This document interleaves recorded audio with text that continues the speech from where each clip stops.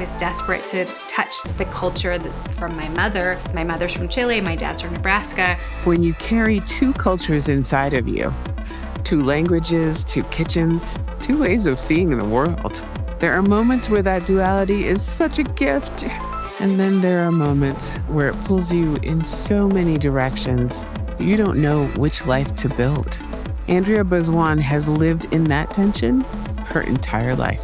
I really was stuck. I was on unemployment for, I think, 9 months. So here I was. I'm a, 40-something woman, a master's degree, plenty of experience, and I couldn't really go backwards into my business. I didn't know what was forward, so I was really lost.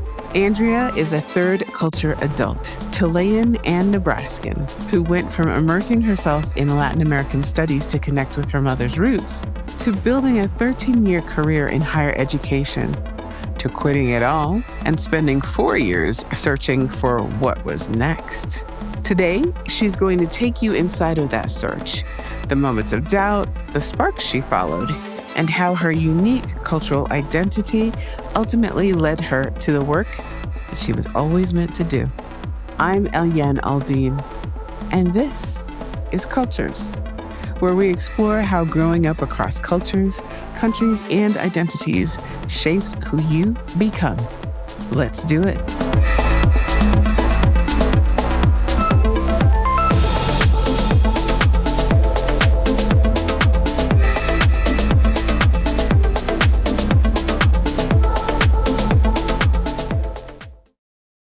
I'm really excited to talk about this because I've been there with you. We've done segments, you're a columnist for Cultures. We've done segments talking about when we go to the south of France and what you were wanting to do with your career and where you want to be and the things that you love and things that excite you.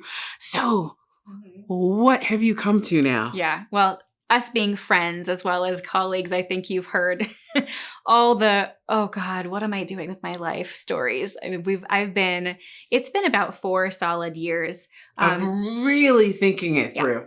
Yes. Really thinking it through. So just to give some context, I went to school I was thinking about all the times in my life that I was in this moment of learning about a different possibility. So the first time I learned about a different possibility was when I was in college. I went to school for international business because that's what my cousin did. So I was aware of that, right? It's like you only are aware of, you only know what you know. Only know what you've seen. And only know what you know. Yes. What you've been exposed to. So I did international business because that seemed like a cool possibility. And then I had a class with a professor who made me aware that it was a Latin American studies class. And he said, oh, but you can major in this. You can what? Like that's amazing. Like I at that time, I had not gone to Chile yet. I was desperate to, touch the culture from my mother. My mother's from Chile, my dad's from Nebraska. And so that was so exciting. So I ended up transferring to University of Texas at Austin for their Latin American Studies program. And then fast forward, I'm working in my job at a nonprofit in Bellevue, Nebraska. At the Latino Center of the Midlands is what it's called now. And I was helping students in a high school, primarily Latino student body of this high school, with whatever they needed to be successful in school.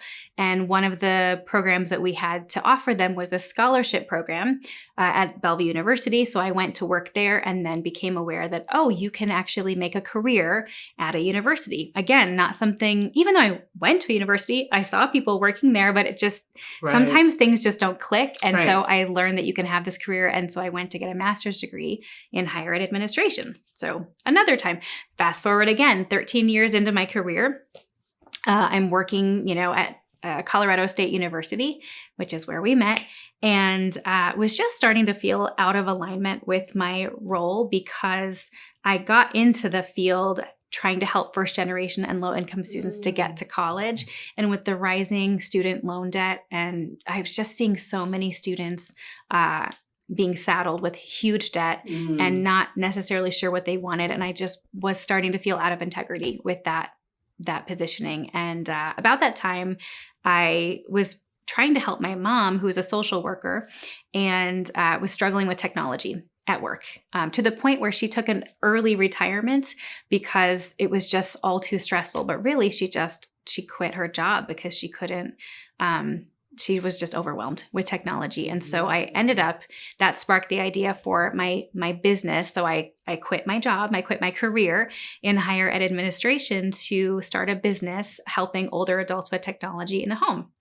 So that was good until that was 2016. Then 2019, I was already not sure. I was sort of successful. It was going okay, but I was still nowhere near what I had made before I left my job. And then COVID hit, right? And that was like, I couldn't help people in homes at all. This was everyone knows about Zoom, right? Right. People that I was helping, they did not know about Zoom. And so I really was stuck. I was on unemployment for, I think, 9 months. And so here I was. I'm a, 40-something woman, a master's degree, plenty of experience, plenty to give, plenty to offer, and really feeling stuck. I didn't know, I couldn't really go backwards into my business. That seemed to be, that door was kind of closing. I didn't know what was forward. I didn't want to go back to higher education. So I was really lost. And that started from 2019 until this 2023, this last year. For 4 years, I struggled, not knowing, I had all these assets and I had passions, but really just feeling like an 18-year-old going, what do I want to be when I grow up? Right. You talk about midlife. So it's literally like you talk about it being an 18-year-old. It's like that again at midlife. Yeah. And we only live the life once, right? So everything we do is for the first time. And so I'm for the first time becoming a middle-aged woman and understanding what midlife is.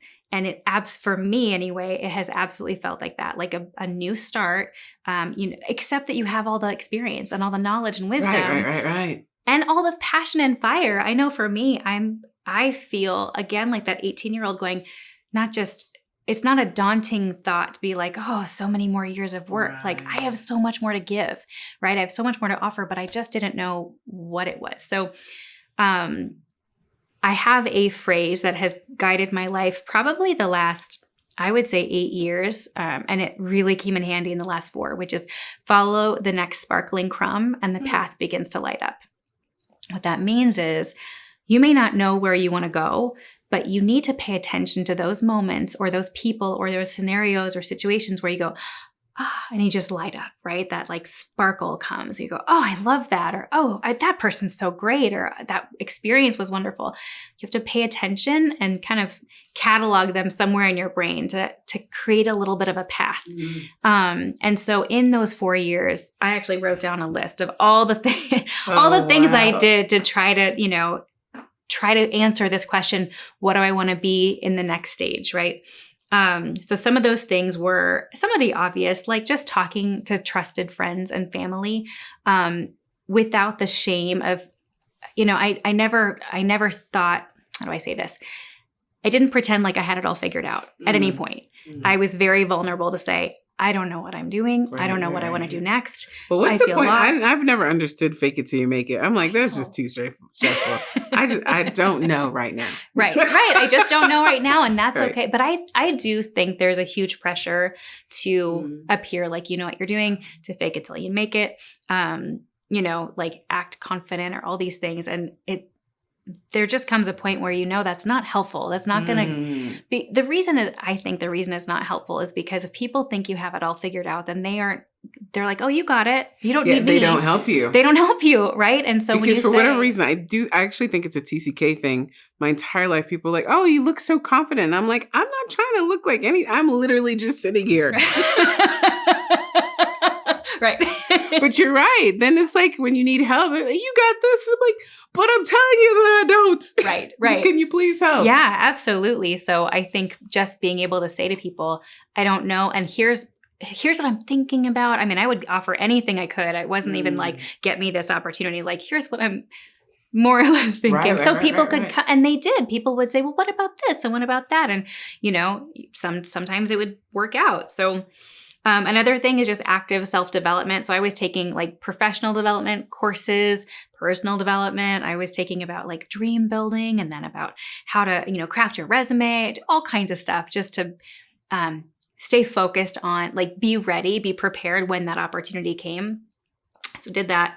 I also documented just my ideas and my journey. So I had like a Google Doc where if I had those aha moments or these, ideas, I would just throw them messily into this document or just capture them somehow. I had a folder called exploration, and it was just stuff. It was like jobs that looked interesting or people or, articles, anything that sparked that interest or that light. It's like I don't want to say a low level, but kind of like a low key vision board. Yeah. Because these things all sparked you. They weren't fire yet, which is kind of what you put on your vision board, but they were little sparks that could turn into fire. Absolutely. Well, and you have to have something to work with. So if you just wait for the fire only and disregard all the sparks, you're just not ever going to get there. You got to have something, the kindling, right? You need the little bits to work with. So that's what I was collecting my kindling, I like the fire metaphor. I'm going off of it. I'm working with you.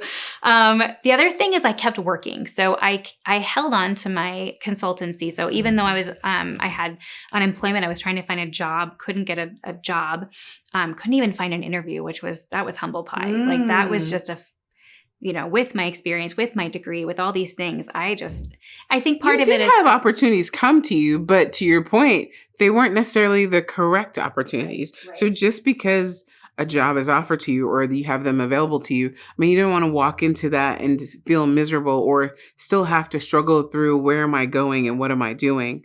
Yeah, you make a really good point. Actually, I should be clear to say, because I had enough experience under my belt and because I know myself and I'm just not a person who can be satisfied with the job. Yes. I've had that experience before. I get it. Yeah. Some people can be. Some people are like, I want to, get the paycheck, come home and forget about my work. Yep. And kudos to them. That's wonderful. We need people who are just okay to do whatever they're going to do. But I knew that wasn't going to work for me. And so you're right there. I could have probably tried to find any job, but I was looking for the soul match. Job, yeah. Mm-hmm. Or even at least something close, even if it wasn't the perfect one, but at least in the realm. If what Andrea is sharing is hitting home for you, if you're carrying multiple cultures and you're in that in-between place of not knowing what's next, I made something for you. It's called the Sparkling Crumb Journal. It's a free workbook inspired by Andrea's process for finding clarity. And it has prompts to help you map the cultures that shaped you. You'll collect the moments that light you up and then start building a path from there. Download it free from the link in the description. It takes 5 minutes to start, and it just might change how you see your next chapter. And to give a caveat to people too, you have a very supportive husband who's absolutely amazing. And I don't bring that up because, usually I would want to gloss over something like that because I find that when women are in business or if you have a career, the first thing when I was married, it was funny. For me, when I was married, the first thing people would say, oh, you get to do this because your husband. I'm like, no, I have to pay my part of the bills, right? And so I don't want to jump to it like, oh, you got to do this because he's supportive. But I think that is key to make sure that in your life you have that support wherever it comes from. If it's your family, meaning your parents or your siblings or friends, because there's so many times that especially women in business or people of color in business try to do things that are outside of the norm or say things like, oh, I'm trying to find that soul match that you're told, you're crazy or you need to get a job or whatever the case may be. So to have someone who's in your corner and just looking out for you, I think is exponential. You're absolutely right. And I've said this multiple times. If I had been a single mother without any support, you better believe I would have gotten the first job I could have possibly found. So you're absolutely right. And I know that this has been a journey of immense privilege to be able to even seek out what's aligned. And yeah, my husband, Greg, I'll give him a shout out, has been so supportive, even through my own self-talk of feeling like I'm not contributing enough financially. So part of this journey actually has been this beautiful, how do I say this? I have come to value on a personal level, not just for other people, but for me, what I bring to our family and to our home economics. Right. 1,000%. And so that's not something I used to work when my kid was born and little, and up until he was, I think, 6, I worked full time. You know, we were 2-income full-time household, Which and is shocking to the me. daycare and all the things. And that was, I was doing my part, right? I was an equal provider and all these things. And so from the time I quit in 2016 until, you know, really 2023, a lot gelled for me. And I could have talked to some other stay-at-home mom and said, of course your work is valuable. Of course what you do is important. But I need to do more. Like that wouldn't work for me. I wouldn't feel like I was doing enough. I would never say that to them. And now I'm realizing but you're harder on yourself. Right. And so since I've lived it now, and since I really I'm able to be so present for my family and for my son, for our son, I know it from experience how valuable that work is at home. Super valuable. You know, it's actually when I was with my ex-husband for over 2 decades, and it's interesting. I'm divorced now for that very reason. It's to me, I was like, okay, we're going to have a kid. I'm going to stay home. He's like, you are absolutely going to hate being at home. I'm like, you don't get to say that for me. And the difference with me too is kind of like we're getting to with you. I know where I want to go. I know I have a position and skills of what I can do at home, which I thought was very valuable, that you can be able to nurture this family and really, because to me, I was like, wait, I'm supposed to have 5 jobs? Wait a second. So I'm supposed to take care of you, take care of the house, take care of children, take care of myself, and work? You must be smoking crack. That's right. Are you absolutely kidding me? Yeah. But in his mind, and probably many people who knew me when I was younger, it probably seemed like, oh no, you definitely have to have the career, but the value of being at home, oh my gosh. And so what's wonderful about this journey for me has been much like our liminal identity. I have found a way to have this liminal career in a sense where I continue to work. I love it. I work part-time and I work on my own terms. Yes. And I take client. So a little bit more backstory. I pivoted my business during COVID. I eventually pivoted that technology education business to be a small business development business. So I was helping other business owners with their websites and marketing and branding and all these things because I had to do it for myself. I learned that skill. But it still wasn't quite aligned. So back to the list of the things I did, I continued to work, and that kept me fresh, kept my skills sharp, right? So I have family members who kept you confident, right, and networked, just kept me in the game. Just generally, I was still there. There's no gap in my resume, which I know for a lot of women, especially men too, but for women who leave the workforce to focus on their families, it becomes this huge uphill battle to get back into the workforce anywhere close to the level that you operated before. And I knew that, I observed it, so I didn't want any gaps. So, and it was good for me. It was good for me to stay busy, even through the journey. So kept working. You started to say you have family members who... who quit completely their jobs and found it actually impossible for them to go back to tried to go back to work, had went from I have a cousin who had a high level position at a corporate company and went back to working at an administrative professional level, kind of front office work. And even that proved to be too challenging, and also not fulfilling. And so she's staying home. And, I think there is some grief there because she was a pretty high level employee and proud of it, really invested in her career. So, I know she's happy with being a parent and all that she's contributed to her children, but when you have a drive, right, and your kids are getting older, it's like, okay, where does that drive go now? Right. So I just feel really grateful to have found sort of a middle path where I could continue to work, not full time, as I've navigated my own heart's desires. So lastly, practicing self-care, and just I think on those many, many, many, many moments where I felt like a failure or like I'm wasting time, I'm not contributing enough financially, first, all the doubts, right? Those were the times. Self-care for me, it wasn't bubble baths. It was like time with friends, or just allowing myself time to cry or grieve or go for coffee or just let it be okay to not be busy all the time.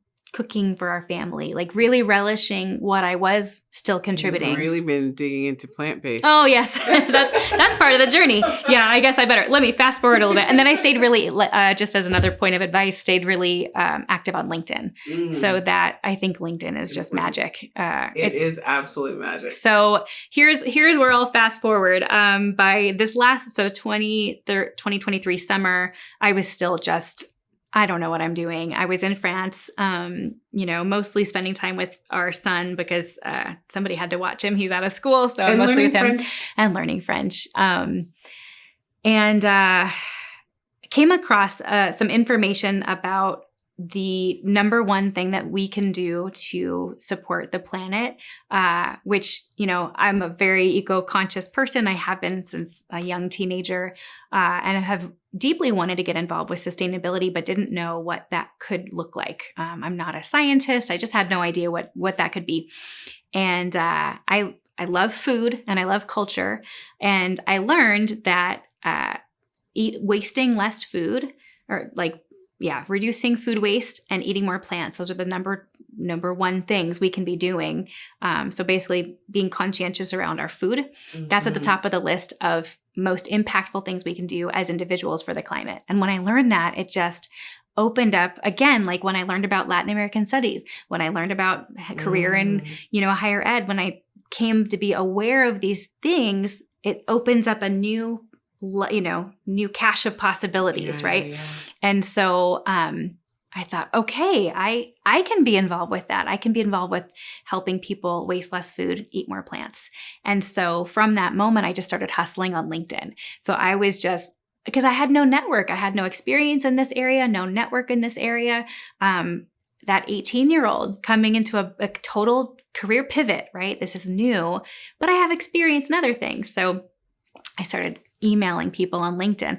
Hi, my name is Andrea. We've never met, but I see this great article you just wrote. Would you be open to a conversation about XYZ? And about half the people said yes. I probably sent out at least 30 different requests for people in different industries that were tangential to what I was interested in. And just to learn, I wanted to learn what's out there. So probably the 30th one, this was early December. I sent the same kind of a thing to a woman, Eva Goulburn. She's the founder of Littlefoot Ventures. And she's had 15 plus years experience in the food waste industry. She's the founder of Refed, which is a huge nonprofit related to reducing food waste. Delightful person. So I, emailed her for a lot of people, in some ways it was like a stretch. Like, I don't know if they'll get back with me. She did. And later she said the LinkedIn, she got back with me, and she said later, the LinkedIn gods have always been good to me. So she said, I always get these people, reaching out that are really great. So we had a conversation. She said, I'm going to call your bluff. What would you think about working for me? And I was just over the moon. I was so thrilled. So that's what's happening now is I have this contract with Littlefoot Ventures. We are creating, so I'm using my education background and my experience with curriculum development and instructional design. Thank you. to create this course that she's going to be launching. And we'll see after that. And I also have, I think because of this huge journey, I've created my own platform, which is called Ecotarian Living. That's my Instagram. Up until now, it's been more focused on using plants in the form of essential oils and some cooking as well. But I've got big plans of my own for a program I'm going to be launching hopefully summer related to an intentional community around how can we have a lifestyle that is in harmony with the planet. So I'm so thrilled that I have this team with Littlefoot Ventures, I deeply wanted to work in a team. Working by myself was good for some reasons, but it's tough not after others. A while. Yeah. It can be a little lonely, and not just lonely, but I find that I want somebody to poke holes in my ideas. I want somebody to help me build something better than I could have even imagined, because you don't know what you don't know. Yes. And if my career path has shown us anything, it's that you just don't know what you don't know. But if somebody else can give you a bit of information, like, things can explode. Spark. Yeah, it's that spark that creates the fire. Absolutely. Yeah. That is absolutely fantastic. I love how everything came full circle. And even the fact that you're designing curricula, yes, that comes from your educational background, but you also did that with your technology business as well. You had a course that you designed. So thank you so much. I think all the details that you gave can help so many people who might be struggling with what are they going to do next? Where are we going to go next? Not just in career, but even with self, to figure out, how am I going to stay the course? How do I sit in the question until the answers come? No matter how long it takes. No matter how long it takes. It's difficult. I've been there. We talked on another episode of me taking 20 years to really develop the messaging for cultures that I think finally has solidified. And the beauty is in that journey, as you could see in your path, right? And you pick up all these things along the way and you end up using them in the end. So thank you so much for sharing your clarity. Thank you for asking. And just as you are blooming and living in color, we look forward to you living in full color. If this episode resonated with you, then you're not the only one. There are over 1 billion people in the world who live between and among cultures. And Cultures is here, building a home for all of us. Subscribe to this channel so you don't miss a single conversation. And if you want to go deeper, join our email community. The link also is in the description. Every week, we'll send you stories, tools, and perspectives that help you connect with your unique cultural identity.